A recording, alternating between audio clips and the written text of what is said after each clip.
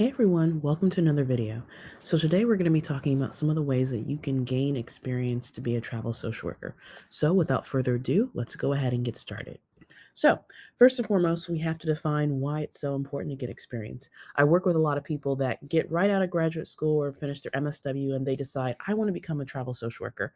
However, most, if not all of the jobs that are available and the ones that you would actually want to work are the ones that do require at least 2 years of post MSW experience, and a lot of times they also require 2 years of acute care experience. And the reason for that is that travel social work is really designed to fill a unique staffing need. So if somebody goes on vacation, if somebody has gone for maternity leave, travel social workers often stand in the gap and have to really get themselves up to speed very quickly. And in environments such as healthcare, such as hospitals, there is a need for a social worker to be able to be onboarded really quickly and to pick up the caseload where the other person left off. So there is a time frame and there's a efficiency component of this.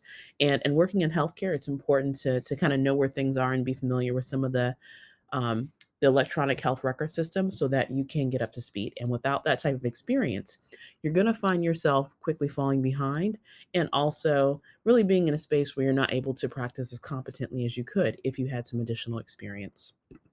So as we talked about before, post MSW experience, most jobs also require acute care or healthcare experience.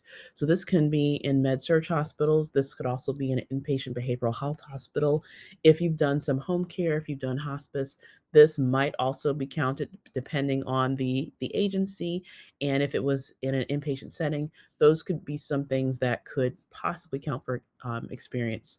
However, because there are some inpatient hospices and there are home health facilities that home health organizations that do provide services in some nursing homes, depending on um, the parameters of the nursing home and the requirements. So keep in mind that acute healthcare experience typically does involve being in a hospital and working in some type of case management, discharge planner, or social work position. And so if you have that type of experience, you're going to be a much better candidate for travel social work positions. We also have to talk about the fact that healthcare isn't for everyone. The great thing about social work is that it's a very, very broad field, and you really can do whatever you want with the degree. Healthcare is one of those things where it really does take a special type of person. You are really required to stay calm under stress. It's also important that you have really good de escalation skills, that you have really good communication skills, and that you're willing to figure out what resources available and you're willing to connect them with patients. This isn't a job where you can just like clock in and clock out and do nothing all day at your desk. A lot of times you're active, you're talking to other healthcare professionals, you're talking to patients, you're answering phone calls. It can be one of those jobs where no day is unlike the other. And so, if you're ready for a fast paced environment where there's a lot going on, hospital work may be for you. If you also like some of that adrenaline rush, if you're working to, de escalate somebody who may be in acute mental health crisis, or you're working to place somebody in an inpatient behavioral health facility, these are all things that, can be sometimes high stress. So if you're somebody who gets stressed out quickly, honestly, healthcare may not be the right fit for your personality because there is a lot of times always something going on. And there is a lot of prioritizing what needs to happen in the moment. So, a lot of thinking on your feet, and also sometimes a lot of standing, depending on the hospital that you're in and the role that you fulfill in that hospital. So, as we talked about before, the importance of remaining calm under pressure. This is especially true for travel social workers who oftentimes have a much shorter orientation period. Many times, travel social workers come into the unit or they come into the hospital. They have maybe a day or two orientation. Maybe they shadow somebody who's in the same role for a day, and then typically they get their caseload pretty soon. And the reason for that is because the hospital wants you to be onboarded as soon as possible because you are there for a specific period of time. Typically, most travel social work contracts are 13 weeks. However, it can be more or less depending on the facility's needs. However, remaining calm under pressure, I can't emphasize this enough, is one of the biggest and most helpful traits you can have in a healthcare environment.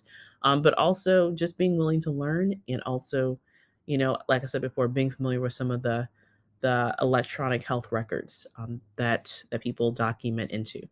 And this can all help you remain calm if you kind of know what you're doing and you also know who to ask for what.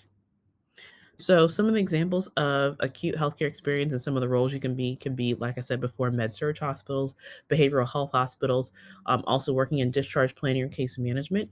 If you do have a lot of experience in those in those fields, it's also great to highlight that on your resume because it is something that can help you to stand out from some other applicants for the position. Travel social work is getting increasingly more competitive. So the more experience that you have, the more open you are to feedback, and the quicker you learn, the better candidate you'll be.